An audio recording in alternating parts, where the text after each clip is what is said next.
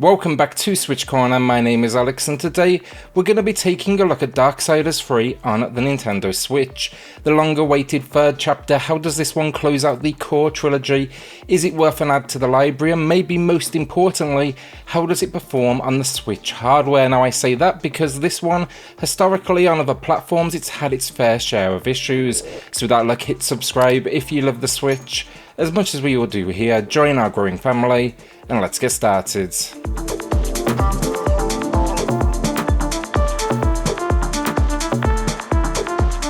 So story, and here we find ourselves returning to apocalyptic Earth in the role of Fury, the most unpredictable and I'd say moody of the Horsemen. Your goal, bring balance to Earth by destroying the 7 deadly sins. Straightforward enough, yes, but don't think it doesn't have a ton of twists and turns along the way, including things like betrayal, angels of war, general destruction, and an eccentric cast of characters to back it all up. I really like the story of this one though, even if Fury can be a little bit grating at times, but what impressed me the most, this was actually my second spin with this entry. I was actually surprised to uncover a whole lot of secrets and lore that I missed first time around.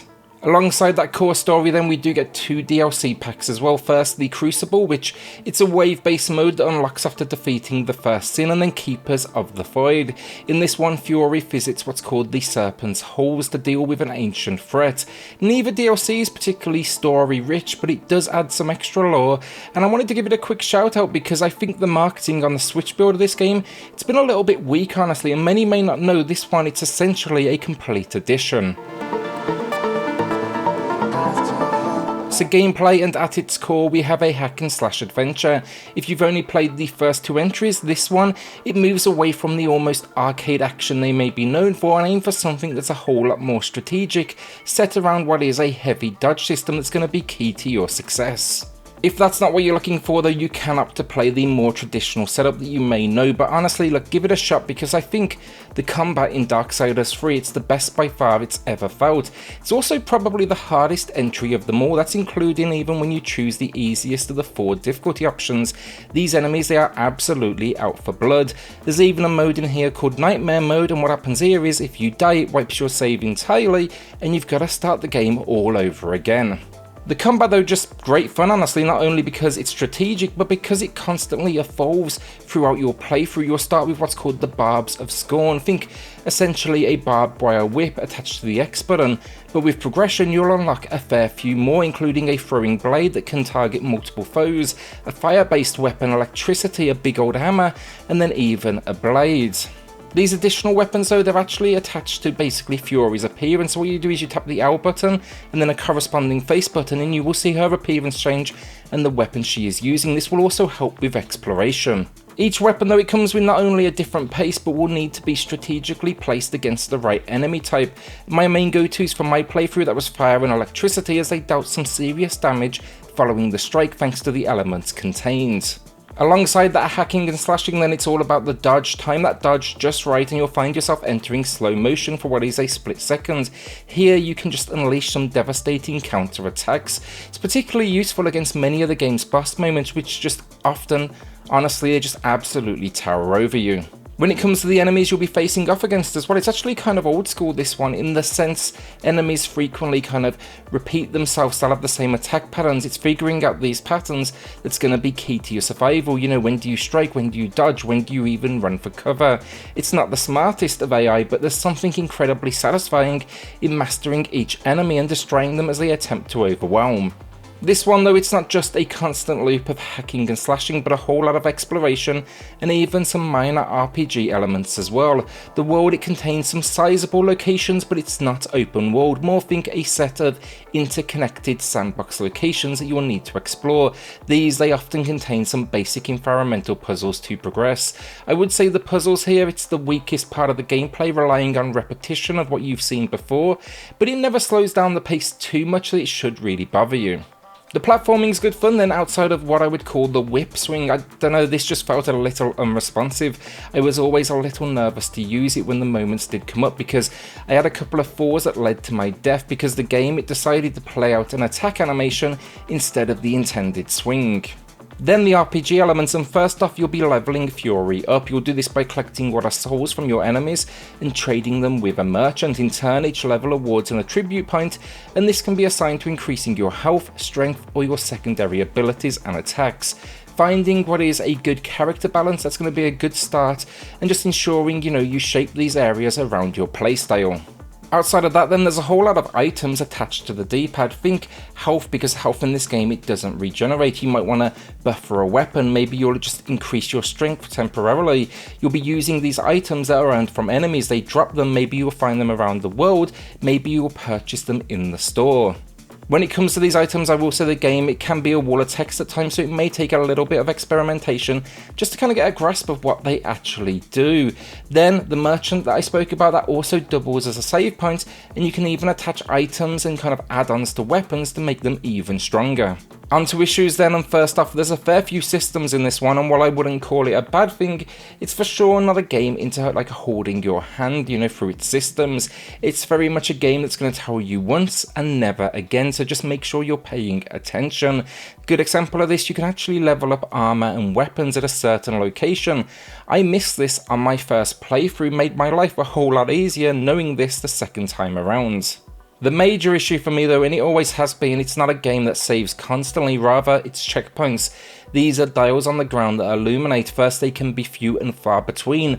Other times, they're just not obvious and they almost feel cheap. Like the second in-game boss, for example, you walk in and a cutscene, it kicks in near immediately, unless you take a sharp left turn. There's actually one hidden away there. Without hitting this marker, you die, and it's going to be a good 10 minutes or so back with all enemies that you faced respawned.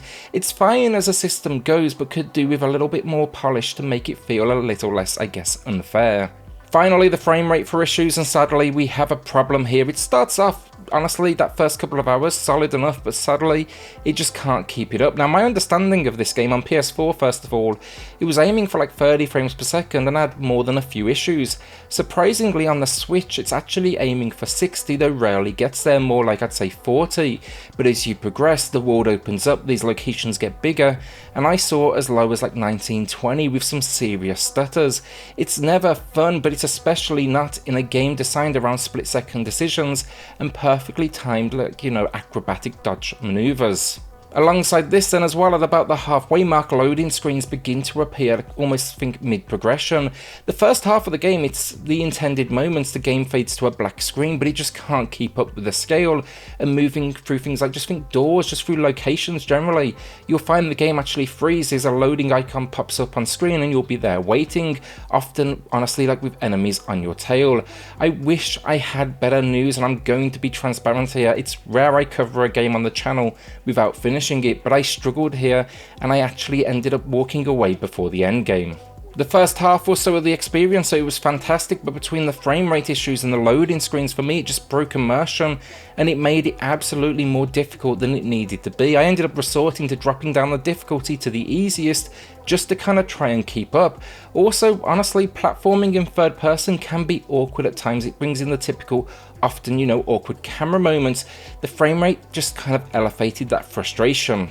Look, if you have no other way to play though, it's absolutely still a decent enough game. It's just hard to recommend this build if you have access to any other platform, because yes, it's still for sure got issues everywhere else on all platforms, but at this point you can probably also pick it up considerably cheaper, and I need to factor that in when we're looking at a game that's been around for like 4 or so years at the time of the Switch release. So graphically speaking, I really do think it's a good looking game, and I think they've done a good job with the port in the graphical department. Noticeable differences, they're understandable, the resolution for one.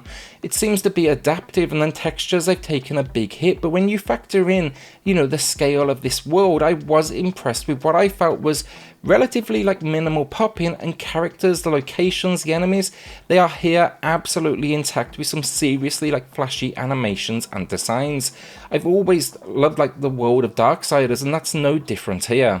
Then we get the cutscenes, and they still look great. They have this fantastic cast of characters. We get to revisit past members of Darksiders, and yeah, I don't think it's bad at all. Maybe they should have dialed it back a little bit more though now, just to ensure a little bit more from the frame rate of the game. So audio finally, decent enough, the typical voice acting for the series, meaning it's got very little in the way of emotion, but Fury hits that I'm a badass kind of note, and then attacks, they sound heavy, the world is built out to feel mystical, and boss moments especially, there's some real highlights here with some fantastic voice performances, with a dash of humour surprisingly as well, but they also sound just incredibly intense. Music then, I'd call it relatively generic, but it more than suits the setting, and I did enjoy seeing kind of what they did with each scene, especially with the game. It's constantly escalating in danger, so the music is constantly almost ramping up. Alright, so the final verdict, and as I said, no score today. Darksiders 3, it's a curious game, honestly.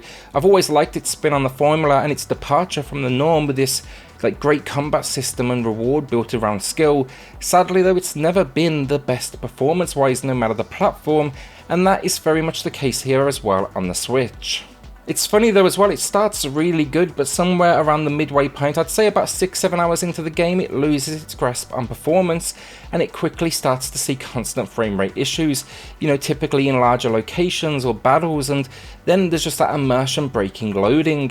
It's clear a lot of effort went in though at the same time. This can't have been easy to port, and it's a shame to say that, because if you do pick it up, I promise you the beginning feels fantastic, which kind of makes it all the more disappointing. Will you be picking this one up though, or are you holding onto that cash? Hopefully maybe a patch or two down the line we can get this one a little bit more stable and we can enjoy it the way it was intended, because again, as I said, there's some real good action in here and I really do think fans of the series should experience it.